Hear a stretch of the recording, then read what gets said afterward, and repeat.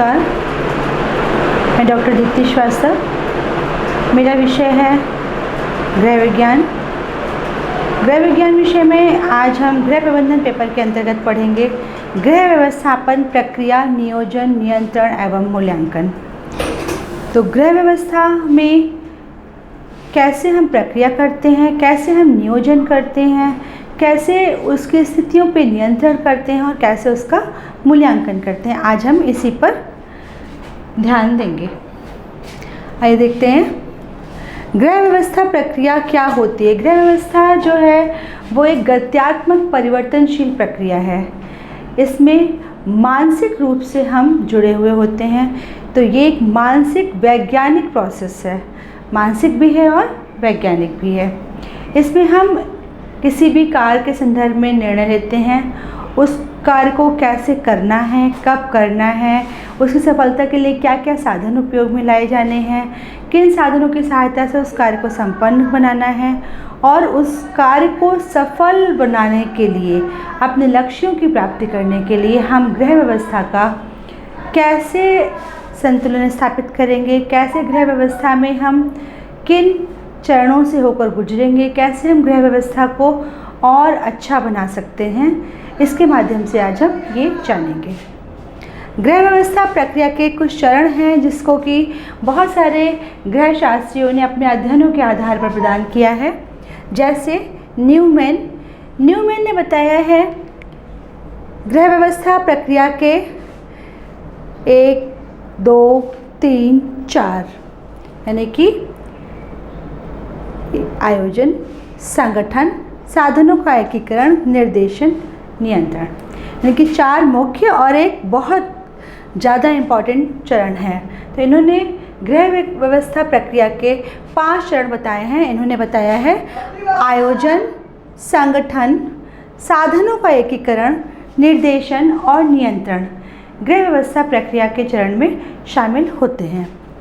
आयोजन से हम क्या समझते हैं? आयोजन का अर्थ होता है किसी भी कार्य को करने के लिए की जाने वाली प्लानिंग, कि वो कार्य हम कैसे करेंगे, किन साधनों की सहायता से करेंगे, कब करेंगे, कहाँ करेंगे, किस लक्ष्य की प्राप्ति हेतु करेंगे। तो इसके लिए हम जो भी व्यवस्थाएं करते हैं, जो भी कार्य करते हैं, वो सब क्या कहलाता है? आयोजन। दूसरी चीज़ आती है संगठन। संगठन का मतलब है ऑर्गेनाइजेशन, यानी कि किन किन साधनों की सहायता से किस किस साधन का क्या उपयोग करेंगे, कहाँ पर किस साधन की आवश्यकता है और उसको कैसे व्यवस्थित करेंगे, कैसे उसको एक दूसरे के साथ जोड़ेंगे, कैसे उसमें सामंजस्य स्थापित करेंगे ताकि हम उनको संगठित रूप से प्रयोग कर सकें। तीसरी चीज़ आती है साधनों का एकीकरण। ये संसाधन जो साधन हैं उन सबको हम कहाँ से इकट्ठा करेंगे, कैसे उनको एकत्रित किया जाएगा, यहाँ पर उसकी बात हो रही है। फिर आता है आपका निर्देशन। निर्देशन का अर्थ है कि किसी भी कार्य को करने के लिए हम कैसे निर्देशित करेंगे कि वो कार्य कैसे किया जाए और उस पर समय समय पे हमें नियंत्रण भी रखना होगा।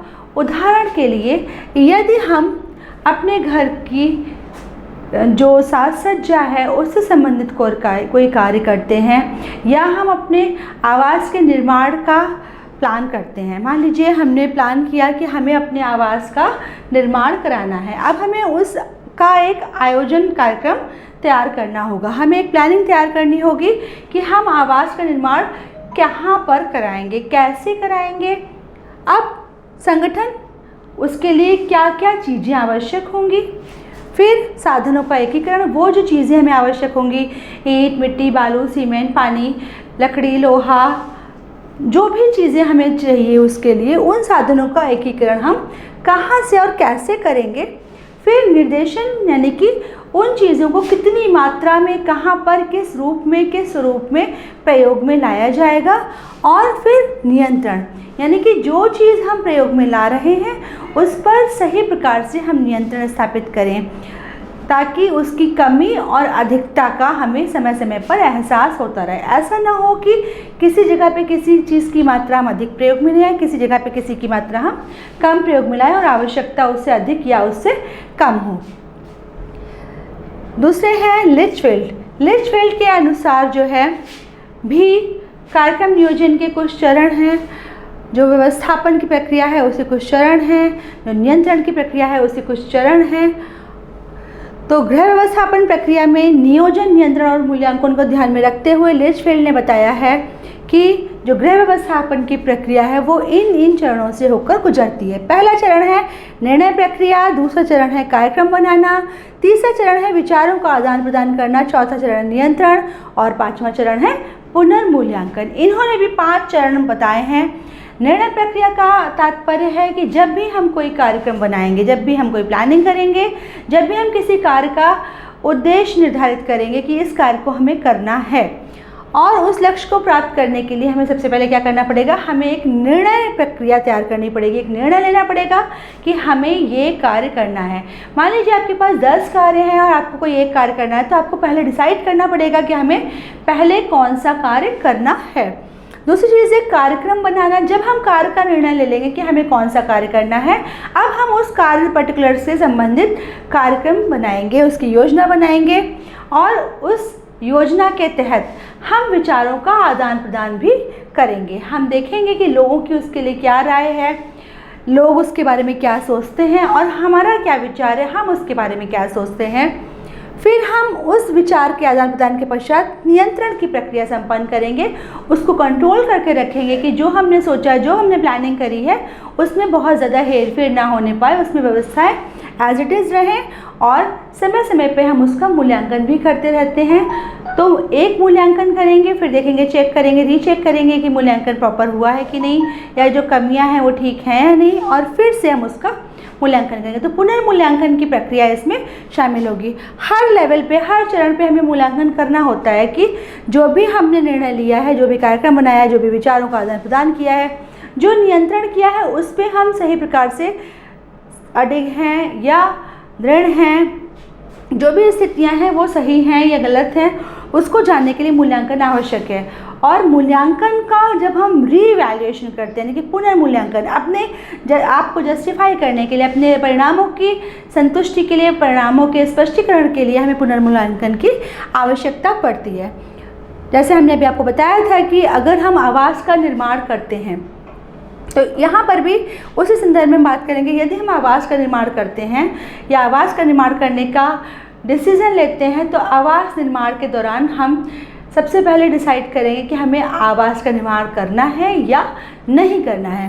तो सबसे पहले हम क्या करेंगे, निर्णय प्रक्रिया, हमें आवास का निर्माण करना है। अब हम कार्यक्रम बनाएंगे कि हमें आवास का निर्माण कहाँ करना है, कैसे करना है, छोटा करना है, बड़ा करना है, या अपने लिए करना है या दूसरों के लिए करना है। उसके लिए हमें एक प्लान बनाना पड़ेगा। अब प्लानों का हमें यहाँ पे क्या करना है, आदान प्रदान करना है। जो भी प्लानिंग हो रही है, जो भी डिसीज़न हमने लिया है, जो भी हमने कार्यक्रम बनाया है, उससे संबंधित हमारे पास जो सूचनाएं हैं और दूसरों के पास जो सूचनाएं हैं, उनको आपस में हम शेयर करेंगे। हम लोगों से पूछते हैं, जब भी हम कोई नया काम शुरू करते हैं तो हम लोगों से पूछते हैं कि आपको इस कार्य में क्या क्या समस्याएं आई, आपने कहाँ से किया, आपने कैसे खर्चा किया, आपने धन की प्राप्ति कहाँ से करी, आप मिट्टी, सीमेंट, बालू कहाँ से लाए। तो दूसरे से हमने पूछा। अब हमें डिसाइड करना है कि हम वहीं से लेंगे या कहीं और से लेंगे। तो हमने एक तरह से सूचनाएं, अपने विचार जो हैं वो आपस में डिस्कस किए, उनका हमने आदान प्रदान किया। अब हमें उस पर नियंत्रण रखना है कि जो सूचनाएं हमने प्राप्त करी हैं उसी के आधार पर हमें निर्णय लेना है। और फिर पुनर्मूल्यांकन की स्थिति आ जाती है कि हम जो चीज़ करते जा रहे हैं उसको समय समय पे मूल्यांकित कर रहे हैं और अंत में हम उसका फिर से मूल्यांकन करेंगे कि हमने जो भी स्थितियाँ बनाई, जो भी व्यवस्थाएं करी, वो सब सही व्यवस्थित तरीके से चल रही हैं अथवा नहीं। जॉनसन एवं ब्रैडफोर्ड ये एक अन्य गृह प्रबंधक हैं जिन्होंने बताया है कि गृह व्यवस्था जो है वो किन प्रक्रियाओं के आधार पर आगे बढ़ती है। गृह व्यवस्थापन प्रक्रिया में नियोजन, नियंत्रण और मूल्यांकन का यहाँ पर किस प्रकार से प्रयोग किया जाता है, उसके आधार पर इन्होंने बताया है कि जो गृह व्यवस्थापन की प्रक्रिया है उसके चरण निम्न प्रकार हैं। पहला, विचारों को ग्रहण करना तथा अवलोकन करना। दूसरा, अवलोकन का विश्लेषण करना। तीसरा, निर्णय प्रक्रिया लेना। चौथा, क्रिया करना और 5वां क्रिया हेतु उत्तरदायित्व स्वीकार करना। इन्होंने नियोजन, नियंत्रण एवं मूल्यांकन की जो व्यवस्थाएं हैं उनको अपने दृष्टि से देखा है और उस आधार पर बताया है कि सबसे पहले जब भी हम कोई व्यवस्थापन प्रक्रिया करते हैं उस व्यवस्थापन प्रक्रिया को हम विचारों के आधार पर प्राप्त करते हैं। उस व्यवस्थापन प्रक्रिया में सबसे पहले हमें विचारों को ग्रहण करना होगा कि ये प्रक्रिया अपनाई जाए अथवा ना अपनाई जाए, और हम उसका समय समय पर अवलोकन करेंगे कि ये प्रक्रिया सही प्रकार से चल रही है, क्या लोग इसे पसंद कर रहे हैं, क्या इसकी हमारे लिए आवश्यकता है। अवलोकन का हम जब विश्लेषण कर लेंगे तब हम डिसीजन लेंगे कि हाँ, ये जो कार्य हमने सोचा है, ये जो निर्णय हमने लिया है, जिस चीज़ का हमने आयोजन करा है, जिस कार्यक्रम के लिए हमने योजना बनाई है, उस कार्यक्रम को हम प्रारंभ करें। अब उसके लिए क्या क्रिया की जाए और क्रिया हेतु हमें किन किन उत्तरदायित्वों को स्वीकार करना है। कोई भी काम जब हम करना शुरू करते हैं तो उस काम को करने के लिए हमें कुछ तैयारी करनी होती है। तैयारी के बाद ही हम उस कार्य को अच्छे से कर पाते हैं। मान लीजिए किसी का आपको विवाह कराना है, तो विवाह कराना सुनने में तो लगता है कि बहुत आसान है, विवाह हो जाएगा, लेकिन उस विवाह के करने के पीछे जो तैयारियां आपने करी हैं, या विवाह की जगह अगर आप कोई और प्रोग्राम कराते हैं, आप घर में एक बर्थडे पार्टी का आयोजन करते हैं या आप अपने घर में 2-4 लोगों को खाने पे बुलाते हैं, तो उसके लिए आपको कुछ व्यवस्थाएं करनी होती हैं।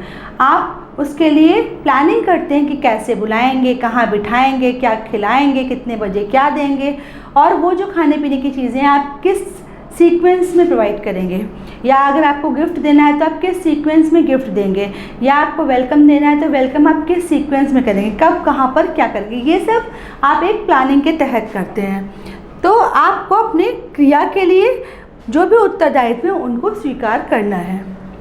दूसरे हैं कोटिजन। कोटिजन ने भी गृह व्यवस्थापन प्रक्रिया के चरण बताए हैं। इनके अनुसार गृह व्यवस्थापन प्रक्रिया जो है वो 4 चरणों में संपन्न होती है। पहला चरण है उद्देश्यों की प्राप्ति हेतु आयोजन। इन्होंने भी सबसे पहले बताया है कि जब हम कोई कार्य प्रारंभ करेंगे तो उसमें क्या करेंगे, हम आयोजन करेंगे। इस आयोजन को पूरा करने के लिए, इस आयोजन को संपन्न करने के लिए और सफल बनाने के लिए हमें चाहिए संगठन। तो संगठन कैसे करेंगे, संपादन करने के लिए, यानी कि कोई भी प्रोडक्ट हम बना रहे हैं, कोई चीज़ तैयार कर रहे हैं, उसके लिए हम क्या करेंगे, संगठन, क्या क्या चीज़ें हमें एकत्रित करनी है। फिर है योजना को क्रियान्वयन करना। योजना का जो क्रियान्वयन है वो कैसे होगा कि हमें किस स्टेप पे क्या कार्य करना है, किन चरणों के द्वारा हम उस कार्य को सफल बनाएंगे। फिर है आपका मूल्यांकन, और अंत में हम जांच करेंगे कि जो भी कार्य हमने किया वो कार्य प्रॉपर तरीके से हो पा रहा है अथवा नहीं हो पा रहा है।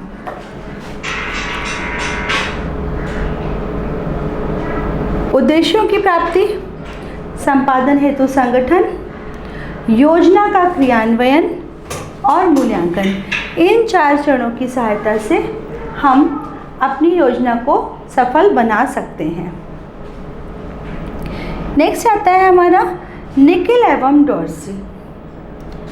योजना, योजना का क्रियान्वयन, योजना के क्रियान्वयन को ध्यान में रखते हुए उसका नियंत्रण, परिणामों का मूल्यांकन।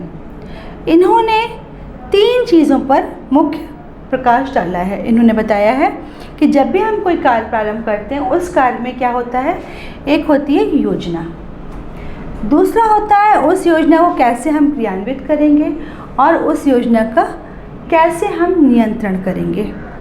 वो योजना हमारे द्वारा नियंत्रित की जाए या क्रियान्वित की जाए, या वो किसी अन्य के द्वारा की जाए और किसी अन्य के द्वारा क्रियान्वित की जाए।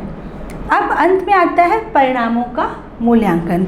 जो भी परिणाम उस योजना को लागू करने के पश्चात हमें प्राप्त हुए हैं उन परिणामों को हमें मूल्यांकन करना है। लेकिन मूल्यांकन के समय सारी चीज़ें हमें नहीं देखनी होती, हमें सिर्फ उन चीज़ों का मूल्यांकन करना होता है जो चीज़ें भावी भविष्य में हमें आवश्यक हो, यानी कि हमारी भावी योजना पर आधारित जो चीज़ें हैं हम सिर्फ उनका मूल्यांकन करते हैं।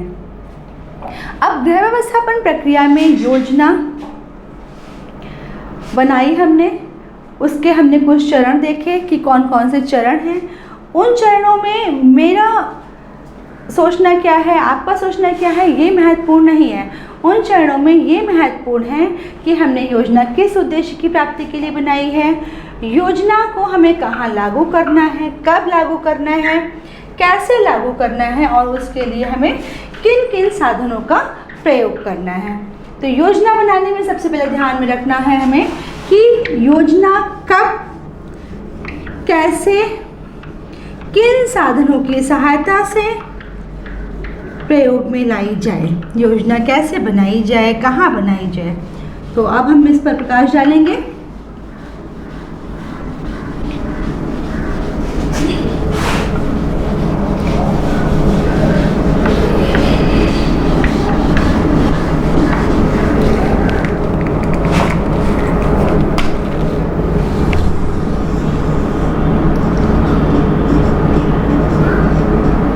योजना क्या हो ये महत्वपूर्ण है, योजना कब लागू की जाए ये भी महत्वपूर्ण है, योजना कैसे लागू की जाए ये महत्वपूर्ण है, और योजना में जो भी साधन हमने प्रयुक्त करने हैं उसकी जानकारी भी हमें होना अत्यंत आवश्यक है। तब हम अपनी योजना को पूरा कर सकते हैं और अपने लक्ष्यों की प्राप्ति सफलतापूर्वक कर सकते हैं।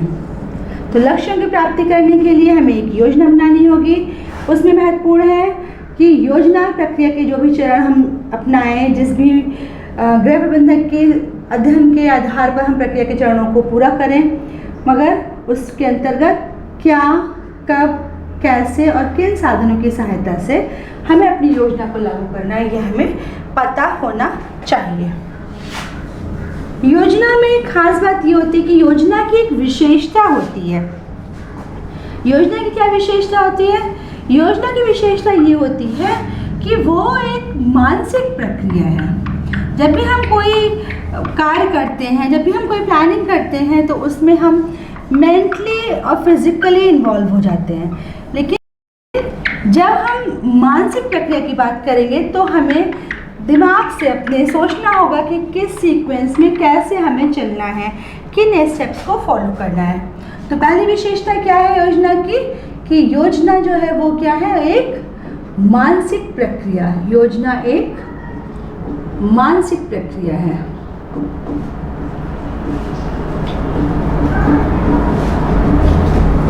दूसरी चीज है कि योजना रुकती नहीं है।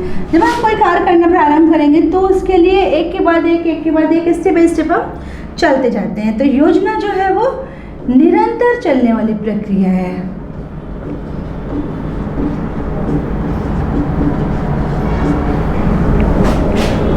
तीसरी चीज है कि जो योजना है उसमें खास बात क्या होती है कि ये किसी भी कार्य को करने से पूर्व की जाती है।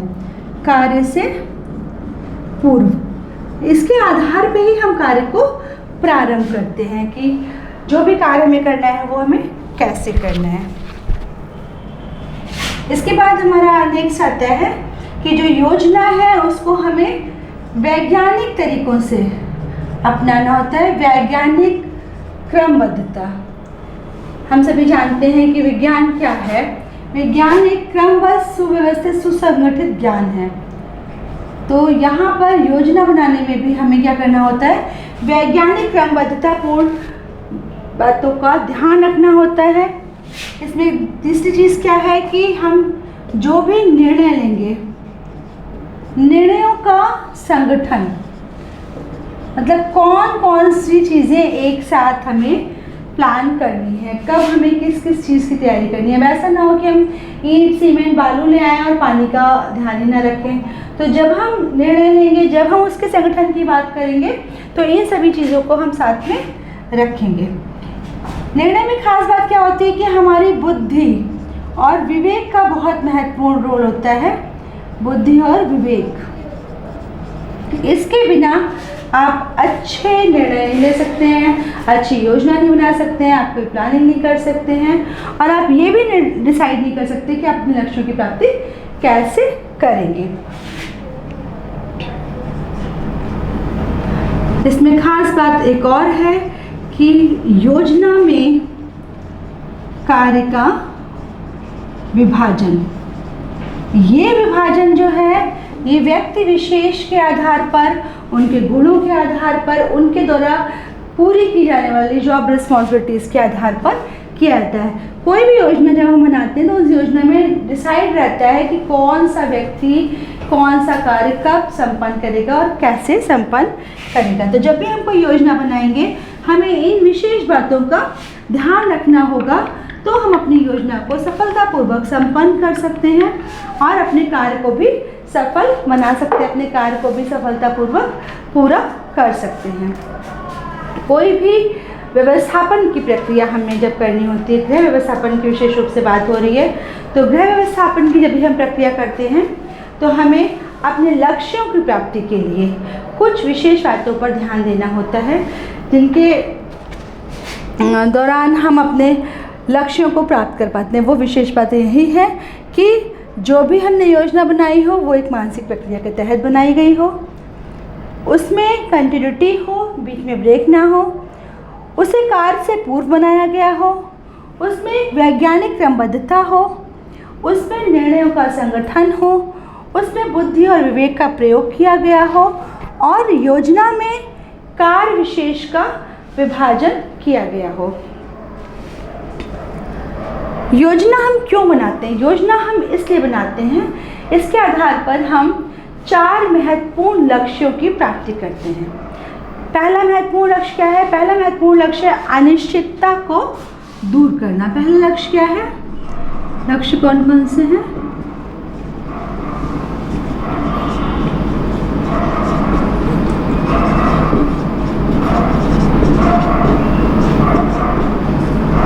अनिश्चितता को दूर करना। जब हम प्लानिंग कर रहे हैं तो ये निश्चित है कि हम किस संदर्भ में कार्य करने जा रहे हैं। हमारे जो लक्ष्य हैं वो निश्चित होने लगते हैं, हमारा जो टारगेट है हमें क्या अचीव करना है वो भी निश्चित होने लगता है। दूसरा है उद्देश्यों को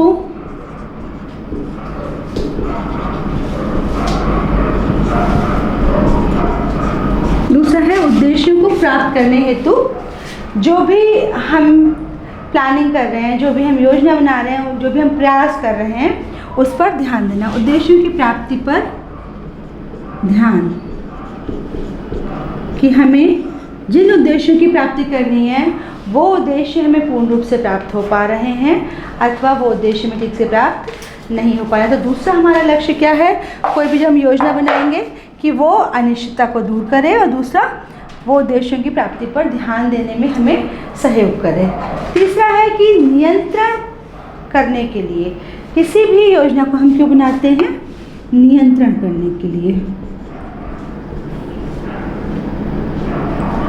जब हमें पता होगा कि हम कोई भी कार्य करने जा रहे हैं, किस उद्देश्य की प्राप्ति के लिए कर रहे हैं, क्या क्या लक्ष्य उसके लिए हमने निर्धारित किए हैं, कैसे इसके सीक्वेंस में करें, किस क्रम से करेंगे, किन साधनों का प्रयोग करें, ये सब हम जब ध्यान रखते हैं तो हम उस पर नियंत्रण भी कर पाते हैं कि किस स्टेप पे हमें कैसे क्या कार्य करना है। उस पर एक समयबद्धता है, उसकी एक निश्चित सीमा है कि इतने कार्य को इतनी देर में इस प्रकार से इस व्यक्ति के विशेष के द्वारा इन साधनों की सहायता से संपन्न किया जाएगा। और नेक्स्ट आता है नियंत्रण के बाद मितव्ययिता हेतु। जब भी हम कोई भी मितव्ययिता, जब भी हम कोई योजना बनाते हैं तो उसका एक और जो कारण है वो क्या है? मितव्ययिता। जब आप पहले से प्लान करके चलते हैं, आप टारगेट करके चलेंगे कि आपको इतने में ही इतना कार्य करना है, तो आप अपनी मितव्ययिता को प्रेजेंट कर पाते हैं। जब आपको पता ही नहीं किसी कार्य में कितना पैसा लगेगा तो आप कितना भी खर्च कर देंगे। लेकिन अगर आप प्लानिंग के तहत करेंगे तो आपका एक टारगेट होगा कि भाई उसमें 10 रुपये खर्च होगा, हम सोच के चलेंगे कि हमें 8 ही खर्च करना है, भले ही 9 खर्च हो जाए लेकिन 10 से ऊपर नहीं जाए। तो ये एक सिस्टमैटिक प्रोसेस हो जाएगा। लेकिन जब आपको कुछ पता ही नहीं होगा तो आप 10 से ऊपर 20 भी खर्च कर सकते हैं, 50, 100, 1000 भी खर्च कर सकते हैं। तो अगर आपकी प्लानिंग है तो आप उसको कंट्रोल सिचुएशन में आगे परस्यू कर सकते हैं। तो ये हमारा क्या है कि गृह व्यवस्था में हम कैसे योजना बनाएंगे, किन विशेषताओं का ध्यान रखेंगे और कैसे हम अपने लक्ष्यों की प्राप्ति करेंगे। अब हमारे सामने आता है कि हम जो भी योजना बनाते हैं, जो भी हम कार्य करते हैं, उस कार्य को करने के लिए हमें योजना का प्रकार जानना अत्यंत आवश्यक है। तो योजना कितने प्रकार की होती है? योजना का प्रकार।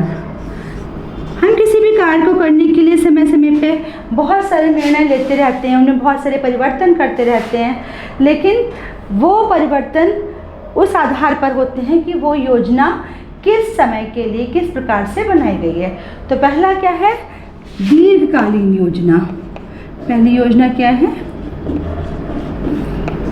दीर्घकालीन योजना। ये योजना का पहला प्रकार है। जब हम योजना लंबे समय के लिए बनाएंगे, जैसे हम 50 साल बाद ऐसा करेंगे, हम 20 साल बाद ऐसा करेंगे, ये क्या है? दीर्घकालीन योजना। जैसे ही बच्चे का जन्म होता है, हम उसके लिए भविष्य निधि योजना ले लेते हैं कि हम भविष्य में बच्चे की पढ़ाई के लिए, उसके विवाह के लिए, उसकी नौकरी के लिए इस प्रकार से खर्च करेंगे, लेकिन उसकी शुरुआत हम अभी से करें। तो ये क्या है? हमारी दीर्घकालीन योजना। दूसरा आपका आता है अल्पकालीन योजना।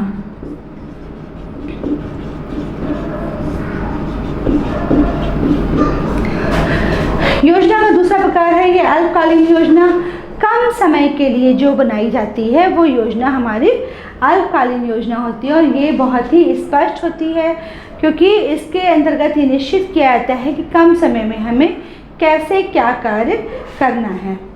इसे बहुत ही प्रभावशाली तरीके से प्रयोग में लाया जाता है क्योंकि बहुत शॉर्ट ड्यूरेशन के लिए है। जैसे मान लीजिए आपको अगले वर्ष कुछ करना है, आपको अगले महीने कुछ करना है, आप उसके लिए प्लान करके रखते हैं, तो ये आपकी अल्पकालीन योजना के अंतर्गत आता है। अब यही दोनों प्रकार की जो योजनाएं हैं, ये आपकी कम समय अवधि,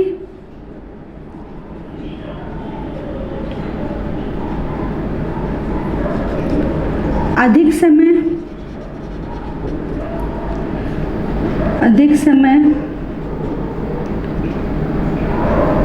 और तत्काल, ये दोनों ही प्रकार की योजनाएं इन तीनों आधारों पर, इन तीनों प्रकारों पर, ये इस एक प्रकार से इन योजनाओं का सब प्रकार हो जाएगा, इनके आधार पर लागू की जाती हैं।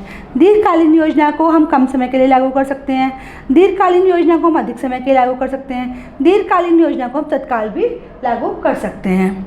दूसरी चीज़ है अल्पकालीन योजना की। अल्पकालीन योजना कम समय के लिए, अल्पकालीन योजना अधिक समय के लिए, अल्पकालीन योजना तत्काल प्रभाव से प्रारंभ की जा सकती है। तो ये योजनाएं योजना की जो तकनीकी हैं उनके आधार पर लागू की जाती हैं, और इन योजनाओं का समय समय पे अलग अलग कार्यों की पूर्ति हेतु, अलग अलग उद्देश्यों की पूर्ति हेतु, अलग अलग लक्ष्यों की प्राप्ति हेतु प्रयोग में लाया जाना देखने को मिलता है। ये कक्षा यहीं पर संपन्न होती है। Thank you.